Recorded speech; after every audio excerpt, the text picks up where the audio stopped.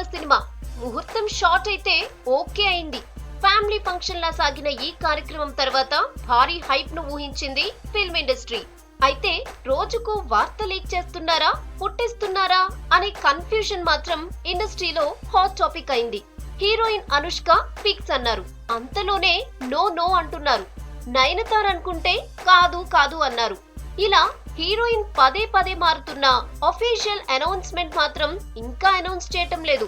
నిన్నటికి నిన్న కామెడీకి సునీల్ అనుకుంటే నో చెప్పాడనేది కూడా వైరల్ అయింది. ఈ క్రమంలో 150వ సినిమాకు వరుస స్ట్రోక్స్ తగులుతున్నాయనే టాక్ కూడా నడుస్తోంది.